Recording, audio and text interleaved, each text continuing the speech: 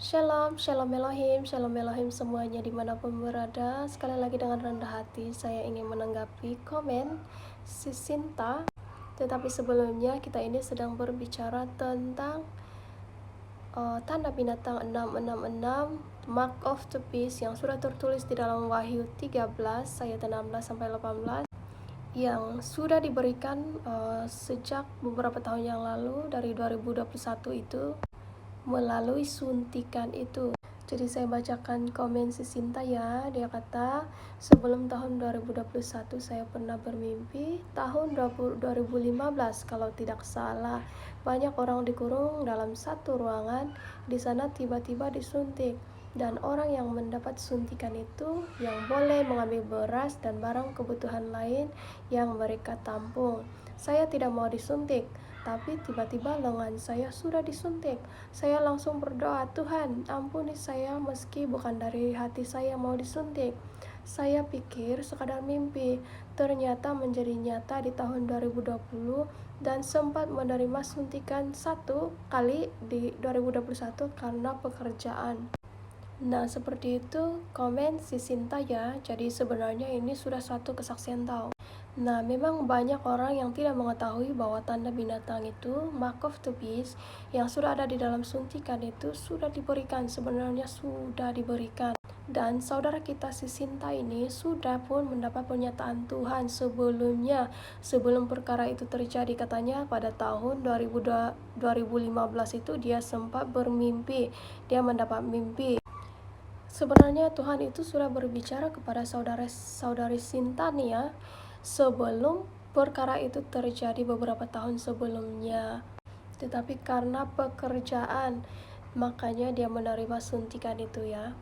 Nah, kita tengok di dalam mimpi saudari ini kan, dia melihat di dalam mimpi itu banyak orang dikurung dalam suatu ruangan. Dan di dalam ruangan itu tiba-tiba orang-orang disuntikkan. Nah, itu kan sudah tertulis di dalam Matius 24 ayat yang ke-26 berkata seperti ini ya. Jadi apabila orang berkata kepadamu, lihat ia ada di padang gurun, janganlah kamu pergi ke situ. Atau lihat ia ada di dalam bilik, janganlah kamu percaya. Nah, di dalam firman-Nya sudah menyatakan sedia pada waktu kita menerima tanda itu, bukankah kita secara pribadi masuk di dalam bilik itu dan menerima suntikan itu, benar atau tidak? Dan di dalam firman ini juga berkata, lihat ia ada di dalam bilik, janganlah kamu percaya. Apa yang ada di dalam bilik itu? Apa yang ada di dalam bilik itu ialah Mesias palsu, penyelamat palsu datang sebagai penyelamat, manakala sebenarnya adalah pembinasa keji. Banyak orang percayakan bahwa itu adalah imun tubuh. Manakala banyak orang sudah menerima pernyataan seperti ini, tetapi mereka tidak menyaksikannya. Salah satunya saudari Sinta ini, dia sudah mendapat pernyataan ini daripada Tuhan sebenarnya. Jadi sangat sayang sekali sebab saudari ini sudah menerima tanda itu, padahal Tuhan sudah menyatakannya lebih awal sebelumnya. Nah, banyak yang bertanya juga apa yang saya perlu lakukan karena saya sudah menerima tanda itu, katanya. Tahukah kita bahwa tanda itu, suntikan itu sangat menyakiti hati Tuhan. Nah, melalui suntikan itu, kita sudah membuat perjanjian darah dengan setan Lucifera yang memutuskan perjanjian darah dengan Tuhan Yesus Kristus, yang mana pengorbanannya di atas kayu salib itu menebus dosa umat manusia. Makanya penebusan darah 2000 tahun yang lalu itu sudah tidak dipakai lagi atas manusia yang sudah menerima tanda itu, karena darah itu sudah dirosak. Oleh yang demikian, orang-orang yang sudah menerima tanda itu melalui suntikan itu harus bertobat sungguh-sungguh di bawah kakinya, supaya darah Anda itu bisa dinetralkan kembali, karena hanya darah Kristuslah yang dapat menetralkan DNA yang sudah dirosak itu. Bertobat sungguh-sungguh dengan segenap penyesalan, dengan sepenuh penyesalan hatimu, datang kepada Tuhan secara pribadi. Tidak perlu orang tahu, orang lihat bahwa kamu itu bertobat menangis, tetapi masuklah di dalam kamarmu secara pribadimu dengan Tuhan, mengakui, memohon pengampunan belas kasihan di bawah kakinya. Dan saya adalah salah satu orang yang pernah menerima tanda itu, karena saya juga tidak mengetahuinya. Nah, apa yang saya perbuat apabila saya mengetahui bahwa tanda itu adalah sesungguhnya tanda binatang itu? Saya datang kepada Tuhan dengan sepenuh penyesalan. Selama berapa bulan, selama 2 bulan saya menangis, berseru memohon pengampunan di hadapan Tuhan.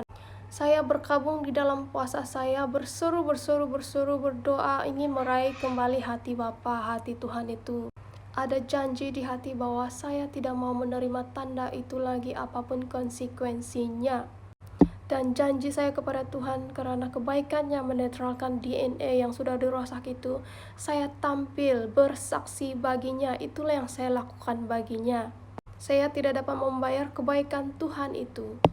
Apa saja yang saya perlakukan ini, hanya bersaksi itu berapa saja dibanding dengan kebaikan Tuhan. Dia menyelamatkan saya. Jadi kita yang sudah menerima tanda itu sudah tahu kebenaran ini, kenapa harus diam? Saksikan itu.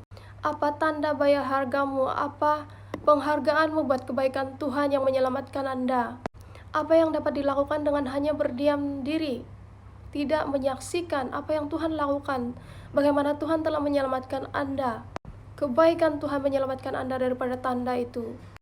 Tuhan mau menetralkan DNA kita jika kita datang dengan sungguh-sungguh pertobatan di hadapan Tuhan dan sanggup bayar harga, karena ada bayar harganya, ada konsekuensinya. Sanggup hilang kerja, melepaskan semuanya demi I am here Lord to serve you. Saya persembahkan hidup ini untuk melayani Engkau sebagai tanda penyesalanku. Salah satunya adalah bersaksi baginya. Itu adalah salah satu buah pertobatan kita. Nah, seperti itu ya kesaksian saya. Semoga kesaksian ini memberkati kita, menyadarkan kita. Layanilah Tuhan Allahmu dengan segenap hatimu. Segala puji, hormat, syukur, dan kemuliaan hanya bagi nama Yeshua HaMashiach Elohim, Tuhan Yesus Kristus. Haleluya, haleluya, amin.